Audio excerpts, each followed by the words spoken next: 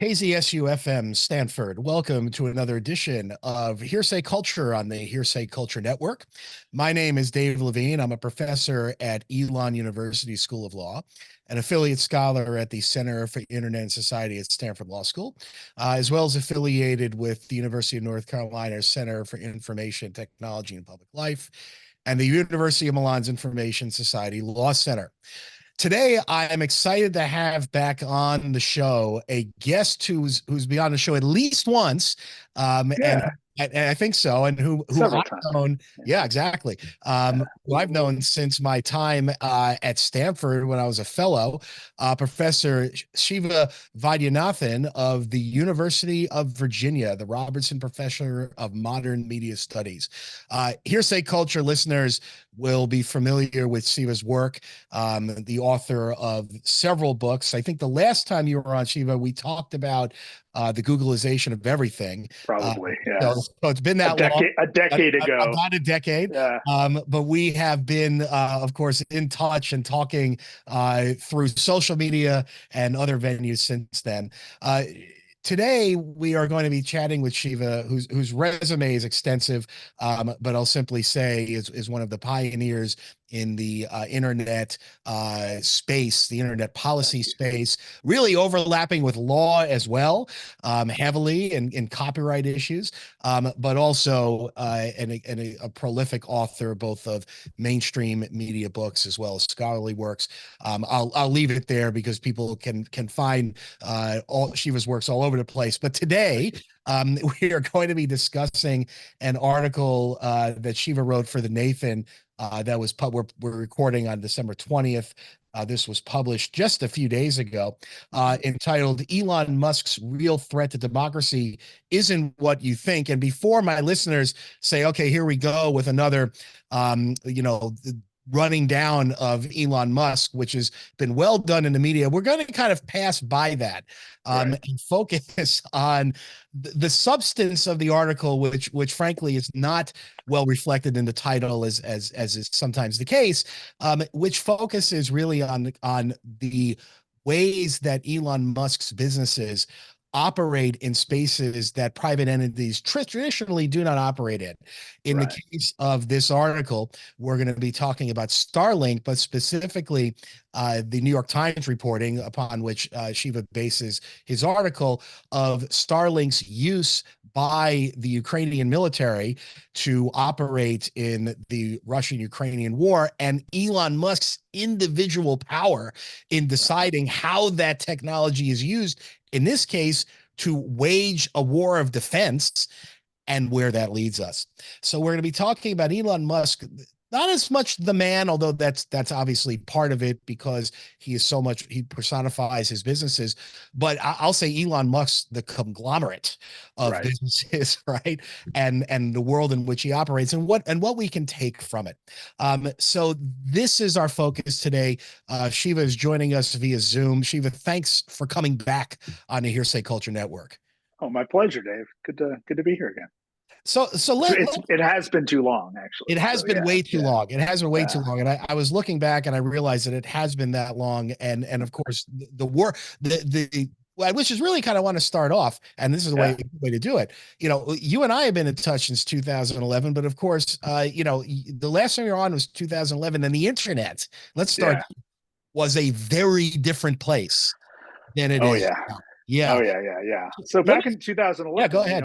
We were both concerned about the increasing power of Google, and that's really what my book, The Googleization of Everything, was about. The way in which we had made Google, we'd become dependent on Google for so many crucial things in a very short period of time, and so I was basically trying to get us to be less comfortable with that, right? What Google sold us and continues to sell us is convenience. And I wanted us to question and resist that notion that convenience is the best value, or the value we should be promoting. And of course, along with convenience is its corollary, efficiency, which economists love and lots of law professors love too, right?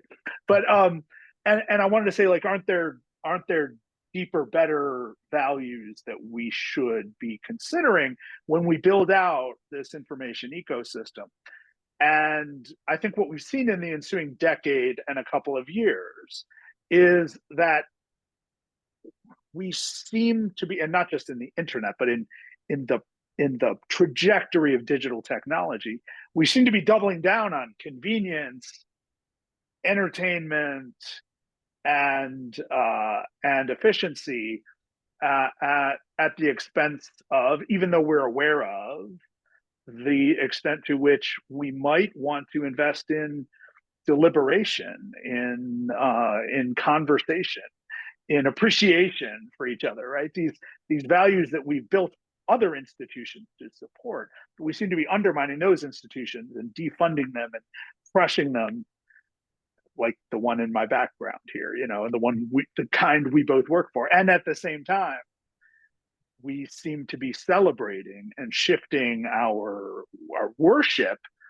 to those who would promote efficiency above all other things. Now, that comes at a time since 2015, 16, 17, we've actually had a pretty good public conversation about what we've built and how it has caused problems, undermined democracy, fostered genocide in Myanmar and other places.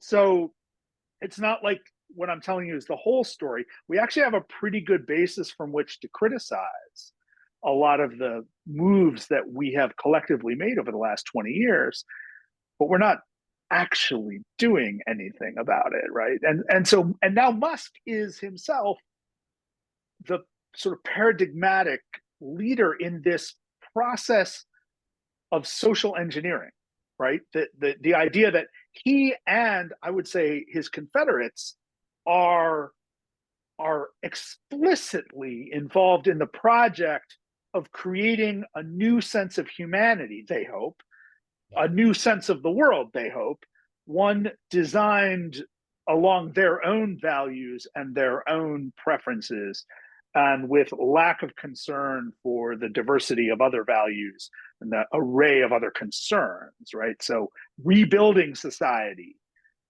at the infrastructure level, and almost everything Elon Musk works on is about infrastructure. And those times when he steps beyond infrastructure, like when he bought Twitter and destroyed it, right, he stumbles. So let me set up our conversation with just that framework right there. Yeah, and you know, as we contextualize this discussion, you know, I'm thinking about, you know, the concept of internet utopianism, right? Of which, you know, I think you and I really both were part of that. I think it's fair to say that was really existed in the 90s and even into the early 2000s, that more or less viewed technology as almost an unbridled good, and if there were downsides, the technology itself would foster the solutions.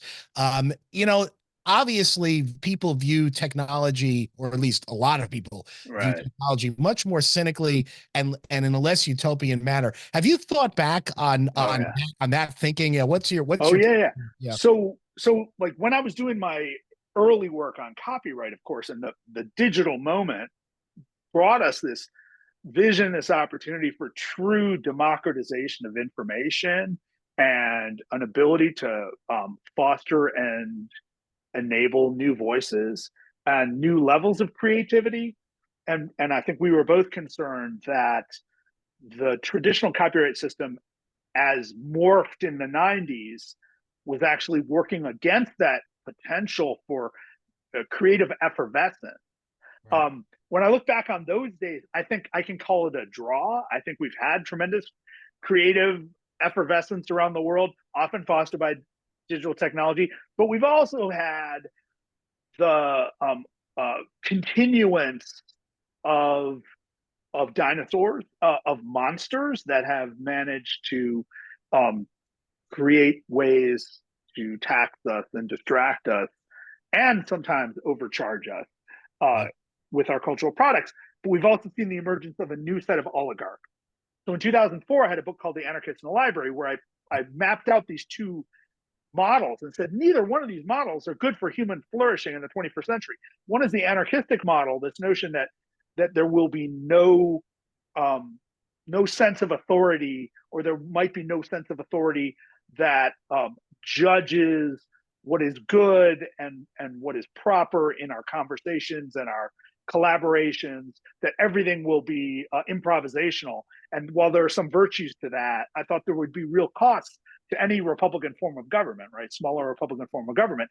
And on the other side, the oligarchs, who are not invested or interested in Republican forms of government anyway, but wanted merely to, seek rent and charge and control.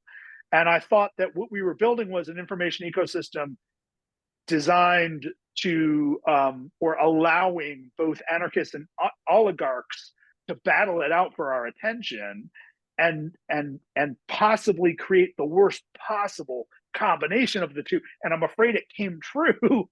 And what we didn't foster were those institutions, habits of mind, habits of culture that can actually foster the sort of deep learning, deep deliberation that digital technology might have made possible with a few different choices. Had we invested in public infrastructure, had we invested in public forms of knowledge distribution and knowledge preservation, we might have had, and it's not like we did none of it, but we underinvested in it.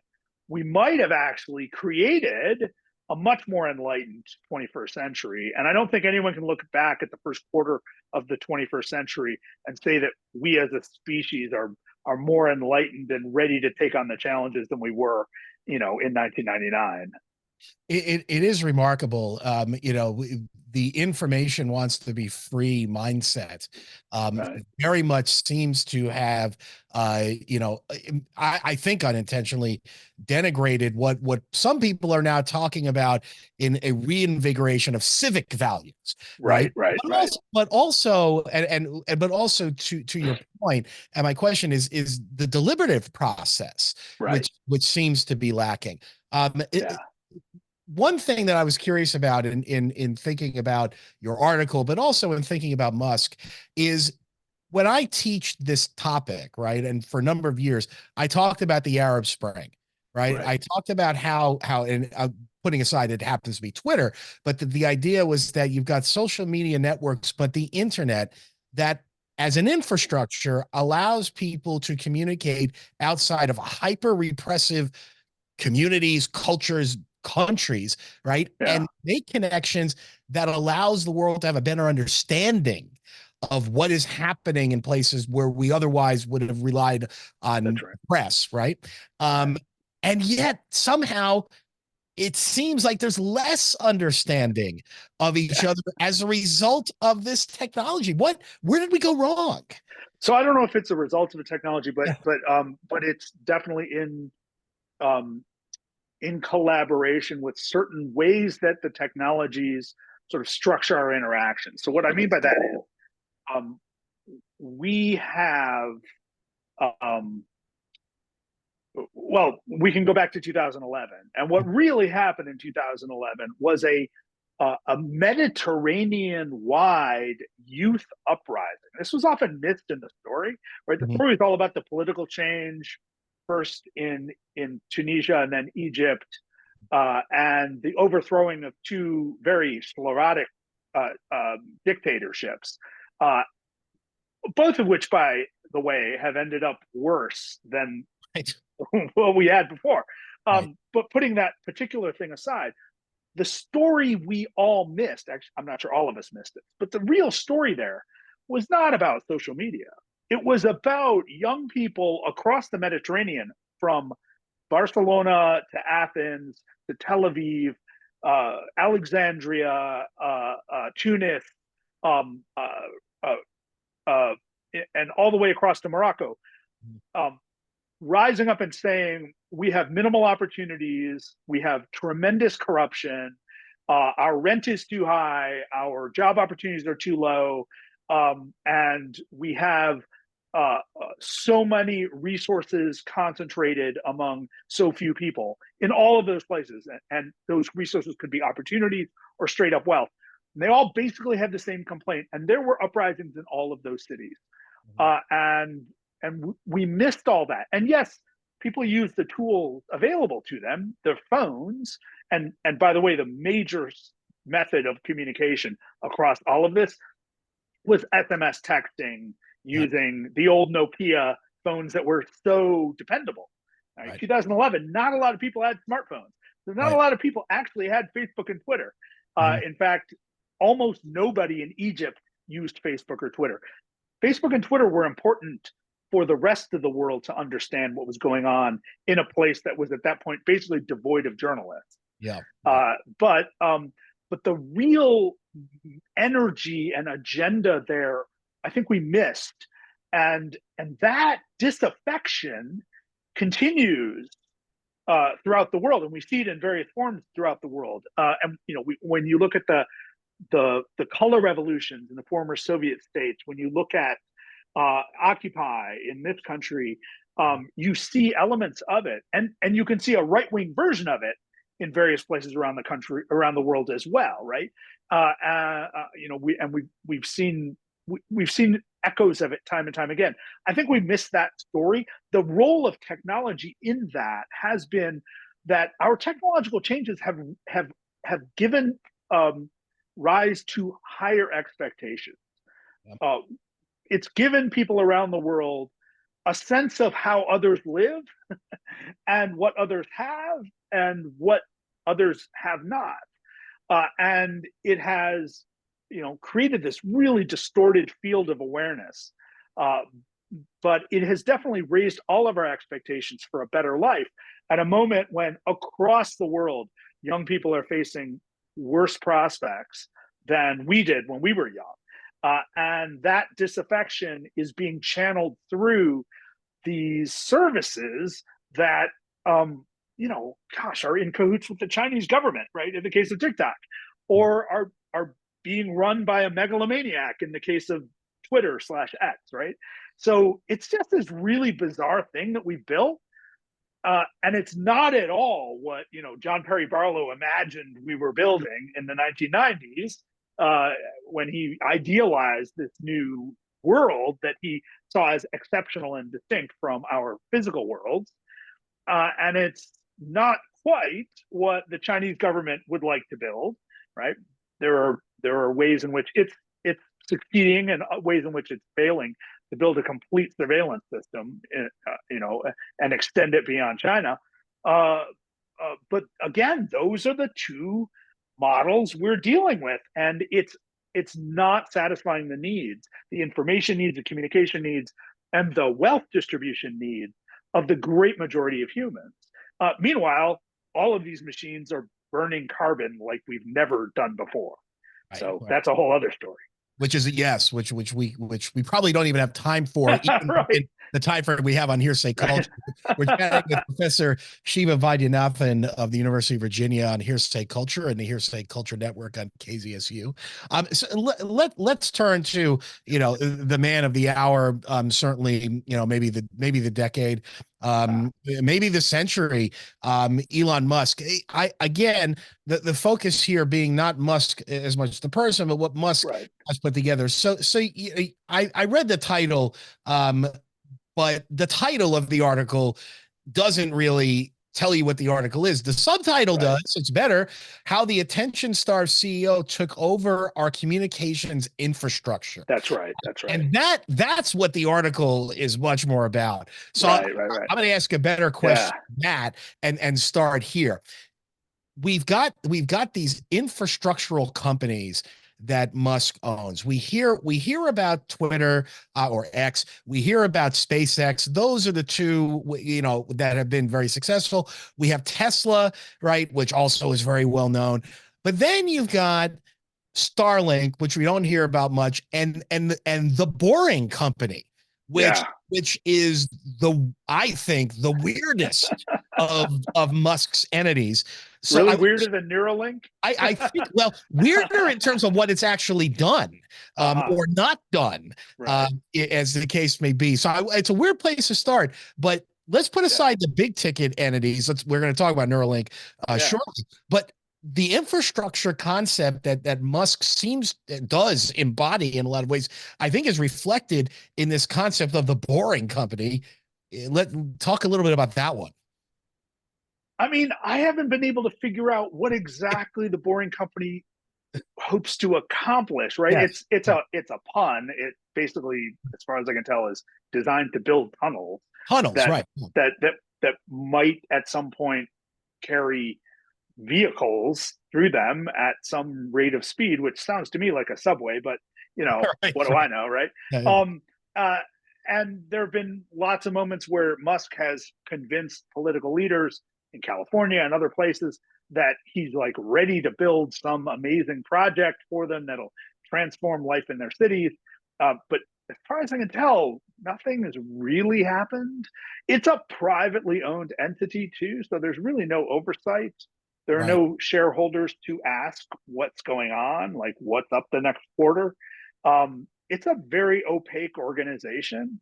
And I have no idea of the 6 companies he runs, how many hours per day he spends on the Boring Company. Well, and it reflects, but that's kind of the point. Like in a Yeah, weird microcosm, it reflects Musk's way of doing business, which you right. describe, and of course, other publications describe this as well.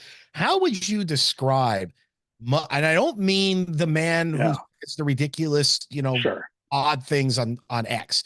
How would you describe Musk, the manager Right. and visionary of sorts of these entities? What is he doing? What is his Well, style?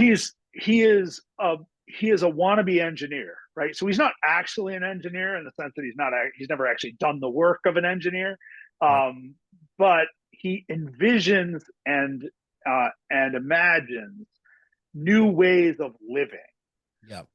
And he's very informed by science fiction, although from what I can tell, he doesn't actually read it very well because he, as with so many people in Silicon Valley, reads the dystopian works and thinks they're utopian. Um, but or even often the satirical works and thinks that they're Right. utopian. But he really believes, and in this way he's not so different from Mark Zuckerberg.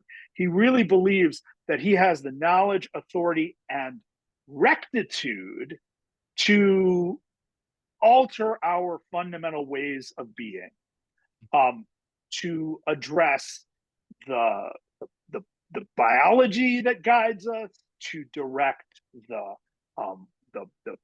basically how we get from point A to point B, to direct how we might interact with other heavenly bodies, right? Um, this this really sort of totalizing um, audacity of vision that he's able to summon the money and hire just enough talent to make many of these projects seem doable, Right. but very few people ever get to ask, is it a good idea? Right? The question is always, can it be done, and not should it be done? Half the things the Boring Company says it's going to do, we should be asking, like, is that good? And, Neuralink, which we've just sort of dropped in there, right? This idea that we would implant things in our neural system that would and enhance our ability to think collectively. I mean, I guess that's their vision, but according to whose guidelines, right?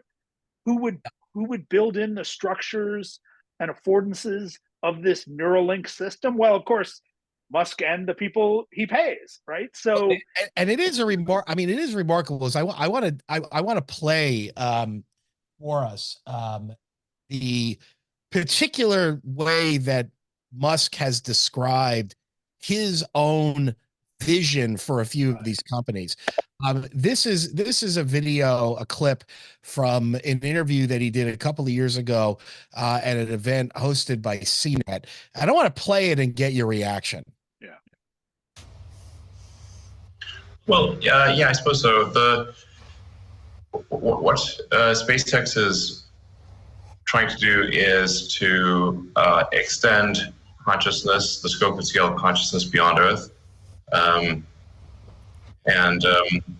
then what Tesla is trying to do is to sort of ensure that life is good on Earth, with sustainable energy, and Neuralink is sort of oriented towards long-term AI-human symbiosis. So, I mean, generally these companies are oriented towards like what actions can I think of to do to maximize the probability that the future is good, and that future includes an expansion of the scope and scale of consciousness. So it is remarkable to hear Musk talk this kind of language, and it animates so much of what he does. But what's your reaction to his own description of the mission of these companies? So every time I hear anybody, especially Musk, spout that kind of language, I say, well, who asked you to envision or imagine what a better life is, right? Is it really up to one billionaire or even a collection of billionaires? And by the way, he is part of a collection of billionaires who are thoroughly convinced that they know what is best for the years and decades ahead. And this confidence that they will figure out how we should live, how we should think, how we should interact. They will figure out where we should live. They will figure out how we should get from point A to point B. Is really stunning. It's so authoritarian at its core, right? It's paternalistic. But it's bizarre because they're officially libertarians in so many ways, but they're paternalistic libertarians. This is what I want to push you on, because CEOs have visions, right? See, I mean, if a CEO lacks vision, I think Jack Welch, right, famous CEO, would say you don't belong there, right? So there's nothing weird about a CEO or for that matter, right, a wealthy person thinking they know best how to do things. But something how to do things for their company. Okay. Yeah. Right. Which is a very narrow slice of life on Earth. Right. So Jack Welch rarely presented himself as a person who could re-engineer the world, let alone the United States, let alone the world. Right. Mm-hmm. He re-engineered one company, and it's debatable whether even the company in the long run is better off because of what he did. But he had a good run. Right. Yeah. If you want to take him as the paradigmatic CEO of the last 75 years. Pretty good argument for it. Mm-hmm. His audacity stopped at General Electric, and he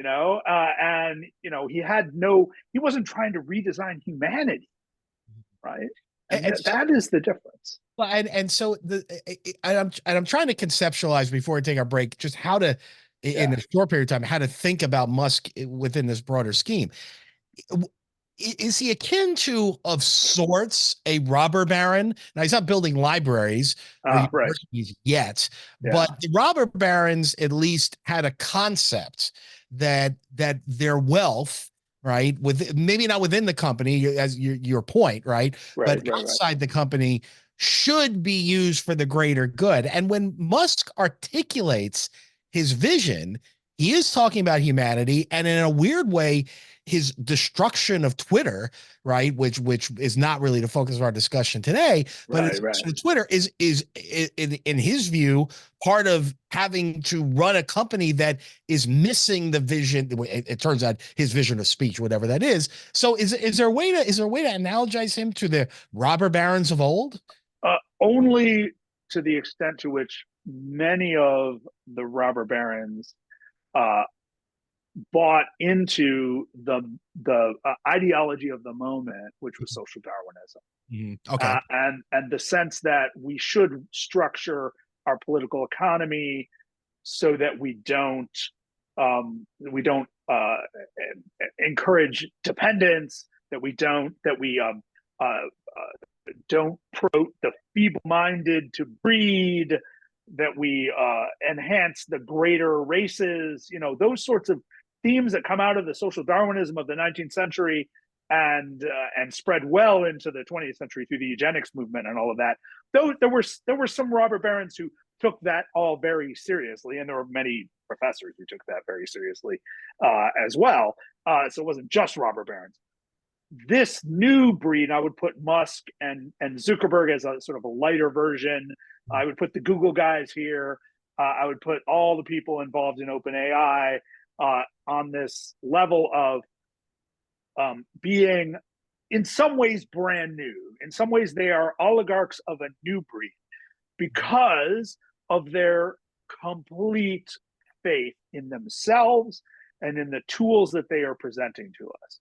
Their faith that those tools can transform us, right? And so there's a certain spirituality to it. There's an ethic to it that is very much about anticipating the needs of humanity 100 or 500 years from now, and taking the hits and sacrifices today. So if that means like we trash this planet so we can inhabit Mars, so be it, right? If that means that we have to, in a very hyper utilitarian way, wipe out people who live today to and ensure the continuance of the species in the future. That's the way it goes. It means ignoring the immediate effects of climate change and worrying about the long-term effects of climate change. It means not worrying very much about democracy, because democracy is slow and deliberative and has to take into account multiple points of view, and we don't have time for that, right? That sort of, and that's the vulgar utilitarian philosophy that guides them.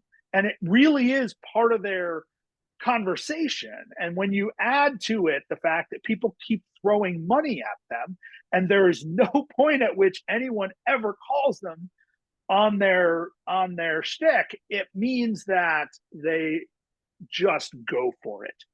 And when they have the resources, they can do great damage, right? So look at the current rhetoric about AI and the alleged ethical AI movement that OpenAI embodies, right? The story we keep getting told by the very people who are building these services is that what we have to worry about with artificial intelligence is not that predictive policing is brutalizing communities today in Los Angeles, in Houston, in Milwaukee. It's not that using predictive algorithms to work on sentencing guidelines in places like Ohio and Wisconsin is creating problems for people. It's not that there are AI guided missiles flying in various parts of the world today with no way of knowing how appropriate and effective that sort of targeting is, right? Those are actual real day challenges and problems where people are getting hurt. We are told, look away from that. Look at the possibility of sentient AI, taking charge of the world in 50 years. Well, no. That assumes that, first of all, you know what you're doing and you can actually build the stuff you say you're going to build, which almost never happens. But it also is meant to distract us and make us think that, oh, these people are very caring and concerned when they are building out the systems, that engage in tremendous intrusive surveillance on people every day and cause actual damage in the world today, right? So that kind of destruction is all fed in, again, by this confidence and the fact that so many people in journalism and government worship these people, or because they don't quite want to understand what's going on, they just take their word for everything when they say, oh, we're going to build this or we're going to do this. And what we're seeing, and I'm paying a lot of attention right now to what's happening in and around Austin, Texas. Let me interrupt you quickly, Siva, and just say you're listening to KZSU-FM Stanford and Hearsay. You're on a roll, and normally I might interrupt even sooner, but this is good. So, I do want to do the station break and just say KZSU is a nonprofit, non-commercial radio station at Stanford University that operates on donations, which people don't realize. So please do reach out if you're interested to donate at kzsu.stanford.edu, and you can check out Hearsay Culture network at hearsayculture.com. So I interrupted you. And you were about to talk about Austin. Right. So I do want to hear what the connection. I think I could guess, but go ahead. Yeah. Right. So look, Elon Musk is basically building out his empire in and around Austin, Texas. Right. Mostly in this small town called Bastrop, which is about 25 miles east of Austin, and it was a farming community when I lived there. I lived in Austin for 14 years in the late 20th century, and loved the place dearly. Right, I moved to the town where basically Willie Nelson was the most successful and notable Austin citizen at the time. Maybe Lady Bird Johnson, right? It was Lady Bird's town. It was Willie Nelson's town. Yeah. We had a state capitol. Nobody really paid attention. It was not a state capitol. We had a university and Texas Instruments up the road. Now it is Tesla Center, right? It is overrun by money. It is also being infected, and its political culture and its policies being distorted by this collection of Elon Musk's buddies, many of whom are investing in firms that are doing business in Austin, but also investing in the political infrastructure of Austin and Texas. And they are doing everything they can to make sure that housing is less affordable, doing everything they can to make sure there are no environmental regulations anymore. Whatever environmental regulations the people of Central Texas fought for decades are being gutted at the state capitol level, often funded by these billionaires. So there's this libertarian spirit of a particular kind, right? The paternalistic libertarianism that's coming in to Austin, and the money is flowing largely through the state capitol, through the Republicans who run the state of Texas, and they are completely taking over many aspects of day-to-day life in and around Austin. And by the way, it's also affecting Houston and Dallas, two heavily Democratic cities with huge minority populations. We've just seen the Houston school district taken over by the state, so the people of Houston can no longer have a say in how their children are educated. Right? Those are examples that are emanating from the state capitol. But also it's involved in local politics in Austin, which is now one of the 12 largest cities in the country.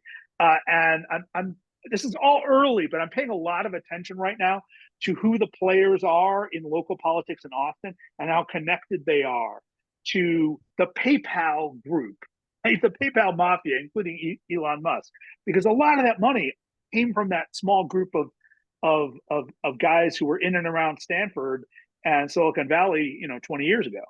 Well, and I was about to say the overlap with Silicon Valley, of course, directly, right. because interestingly, right, at least the main tech companies in Silicon Valley, as you know, were not heavily involved in policy for a number of years, and they became newsworthy when lobbyists were hired, right, by Google. Right. There were stories of, oh my God, but of course, this was the encroachment of regulation, right? Yeah. And after the Stop Online Piracy Act, which is another topic and something we worked on together. Let's turn in the remaining about 15 or so minutes that we have to the article itself. Sure.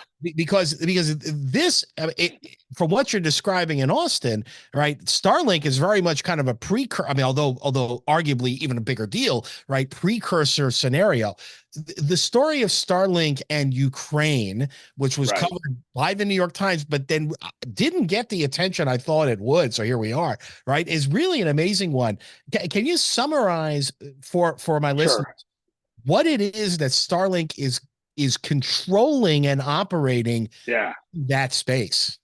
Look, if you live anywhere rural in North America, you know how hard it is to get decent high-speed internet service. And during the pandemic, we found out just how many schools can't get decent high-speed internet service to their communities. And so it's a huge problem in rural North America. Imagine how bad it is, how challenging it is in rural parts of Africa, in rural parts of Central Asia, in rural parts of Southeast Asia, in most of Brazil, right? So given that, there is this real need, serious need for high quality, dependable internet service. Now, we could string fiber optic cable all around the world through the jungles, over the mountains. That's super expensive and will take decades, and nobody's going to pull in the money it takes to do that, right? The marginal return for every mile of fiber optic cable running through the Amazon is minimal, right? Or the Sahara Desert, right? Is minimal, probably close to zero, right? So why would anyone fund that? And there's no particular government. The government of Chad's not going to do it, right? So who steps in? Well, two people, Jeff Bezos and right. Elon Musk, who have their respective rocket companies, and they both do what a lot of people have been suggesting for a long time, which is create a collection, a constellation of low altitude, fairly small, fairly inexpensive satellites that can bounce internet traffic across them. And they don't have to be geosynchronous. They can move around because it's all packet switching. It's the basic technology that we use to reassemble this video and this audio at this great distance can easily be bounced around satellites just below space, right? So there was a race, there has been a race, and it's a race that Musk and Starlink are winning. Starlink has been throwing these satellites up there by the thousands and crowding out all competition, including any government that might want to build out its own satellite network and govern itself. So because Musk is basically doing it for a fairly low price, he's succeeding, and he's sort of, it's a lost leader. Eventually he will own the infrastructure of tremendous amounts of internet traffic around the world, and he can ratchet up the price. But for now, I'm sure he's losing money. But SpaceX, the company that runs Starlink, of course, is subsidized by us. The US taxpayers are paying billions of dollars to Elon Musk's company, SpaceX, to launch satellites so NASA doesn't have to. And as a result, we are paying for Elon Musk to control internet infrastructure in vast parts of the world, including Ukraine. So after Russia invaded Ukraine and immediately knocked out much of the communication infrastructure of that country, people in the Ukrainian government managed to get hold of Elon Musk actually through Twitter and say, hey, can you help us? We need to get our domestic network back up. Can you like bring more stations, because you have to have like a terrestrial station to communicate with the satellites, bring more stations in, put more satellites above us. And Musk said, sure, sounds like a good idea. I'm not in favor of war. This is a big invasion. I want to help the people of Ukraine, right? So he started rolling this out. Now, had to be done. Good that he did it. The problem is that both the Ukrainian people and the Ukrainian army became deeply dependent on this network, right, to the point where, of course, the army, because it's an army of people who were not really professional soldiers a year ago, they're doing everything they can with this network, including trying to run drones off of the network, trying to use it to communicate with forward troops. So at about last year, Musk was getting some warnings from people in the Russian government saying, if you have to be careful, you are helping the Ukrainian government and the Ukrainian army. And if they cross over into Crimea, which of course is officially supposed to be territory controlled by Ukraine that was stolen by Russia in 2014, if Ukrainian troops cross over into Crimea, that could lead to nuclear war. Now, Elon Musk wants to be the daddy of all of us, right? Wants to care for us, doesn't want nuclear war, does not want to be responsible for nuclear war. So he decided that he would geofence the satellite communications from Starlink. So what the Ukrainian army found was when they crossed some line. To be clear, Shiva, just to interrupt you, this key point, he decided, right? Yeah. As far as we know, and I'm curious if you discover anything different in your own research and reporting, as far as we know, he didn't consult the State Department, that's right, the Department of Defense, or anyone else. He just he being the company unilaterally decided we're doing this. Is that right? I mean, that is right, Russia, isn't it? He did consult the Russian government. Yeah, well, right, because he got the request. Right, yeah. Right. So, yeah, it was just like a thing he decided. And this was documented in Walter Isaacson's biography or hagiography of Musk, and then reconfirmed by both the New Yorker and the Times at different times. And so basically, he gets to decide where the border is between Ukraine and Russia. He gets to decide that the Ukrainian army can't go any farther. Now, since that moment when he basically left the Ukrainian army unable to communicate with forward troops, the U.S. government has persuaded him to make some adjustments and actually got into some sort of contract that we can't know the details of. So something has changed in his deal with the U.S. government, with the Pentagon, with the State Department, but we don't know the terms of that. Everyone's been very secretive about it, probably for very good reason. Right. Nonetheless, it's ultimately his decision. Right. And this is just what's happening in Ukraine. So I'm fascinated by this question of how a country like Ukraine can maintain its sense of sovereignty when so much power is embedded in one person's judgment. Well, it's a remarkable scenario because the follow-up report, at least in the immediate days after this came out, right, was that you had U.S. Secretary of State Blinken negotiating with Musk, right, and treating him as a state leader of sorts, right, in terms of the discussions, which happens. It does happen, right? I mean, there are powerful individuals, but I can't think of a scenario that I don't know if you can think of a reported scenario where you had one person's company dictating whether a war will be promulgated in a given place or not. Right.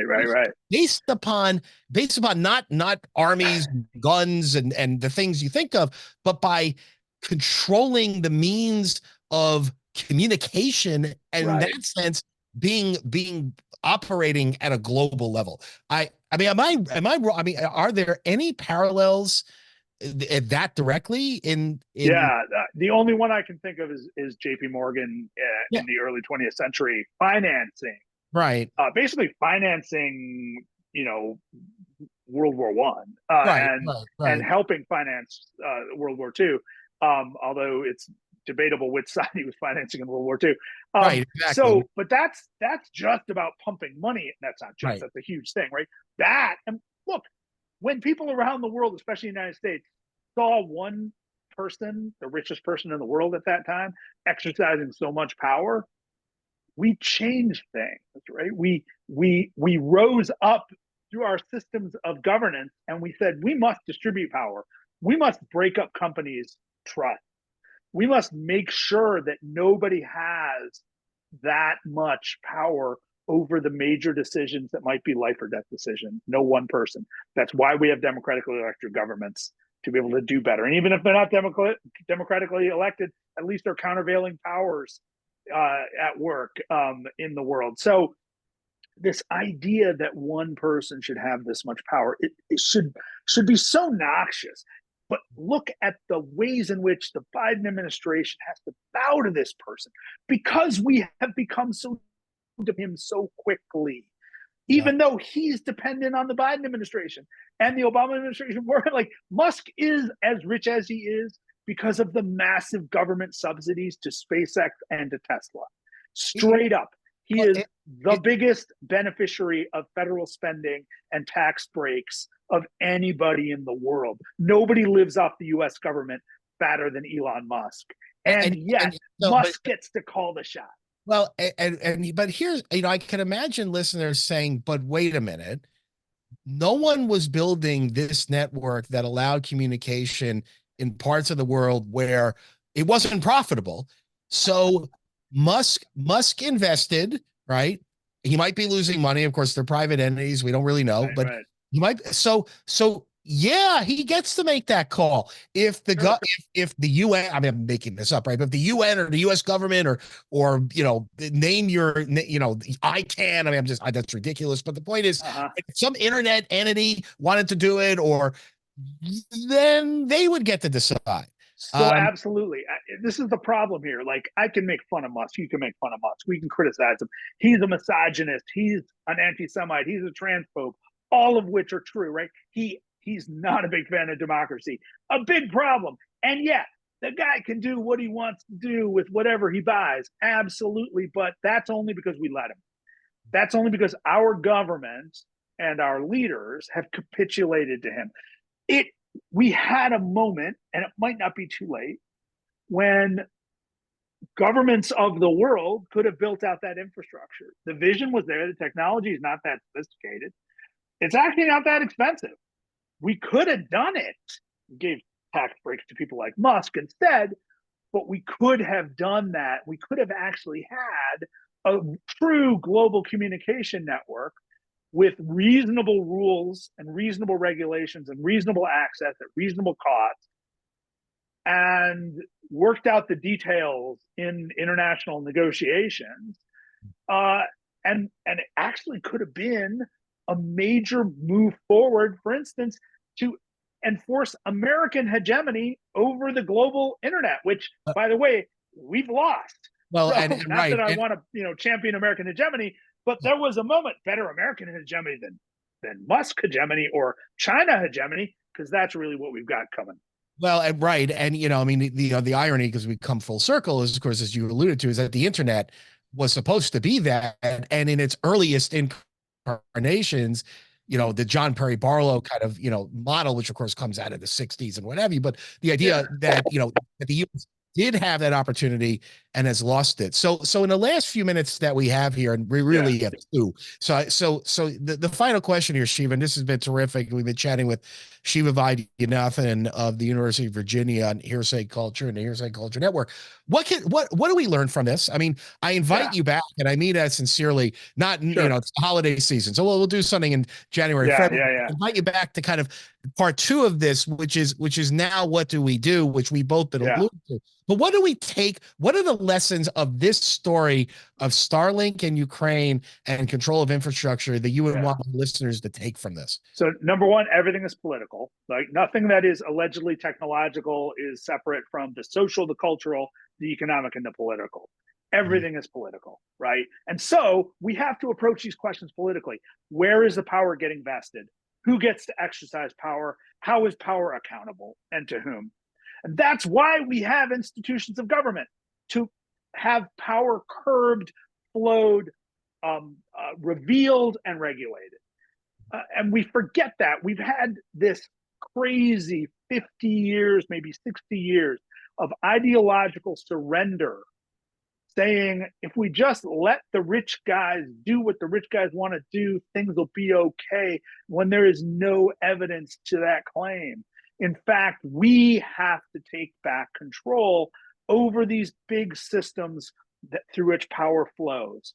And this is a perfect example of a missed opportunity. The failure of the public to take seriously the need and opportunity to build out infrastructure that could be reasonably deployed and reasonably governed, and instead we had a vacuum that Elon Musk, of all people, stuck himself into. I mean, we wouldn't be having the same conversation if Jeff Bezos had been the first mover. Jeff Bezos isn't as noxious a person, as horrible a person as Elon Musk. It still would have been a big problem, right? And this was ultimately the argument I made in the Googleization of everything, that we allowed, at a time when we could have built out a global information ecosystem based on the principles of public librarianship, instead we surrendered and said, hey, Google, why don't you do it? We won't have to pay anything up front. We might pay in various invisible ways for many decades, which we clearly are. Well, and of course, in closing, this is exactly what we're confronting, as you alluded to earlier, with regard to AI being decided by Sam Altman on November 30th, 2022, that now is the time for humanity to deal with it, which I've got to stop you on, because I know you want to jump on that. Why? All right. Maybe we'll do it again in a little while. Oh, absolutely. Yeah. We've been chatting with Professor Siva Vaidhyanathan on Hearsay Culture and KZSU-FM Stanford. Siva, thanks again for joining me today. I recommend the article in The Nation, published December 11th, Elon Musk's Real Threat to Democracy Isn't What You Think. Important subtitle, more important, how the attention star CEO took over our communications infrastructure. Siva, thank you for joining us today. Hey, my pleasure, Dave. See you soon. The Hearsay Culture Network can be found at hearsayculture.com and on your favorite platforms. But for now, this is going to be the last show recorded in 2023. Look for a more formal, bigger launch in 2024. I wish everyone a happy holiday season, a healthy and safe new year. Thank you for listening to KZSU today, and stay tuned for more diverse programming. Have a great day.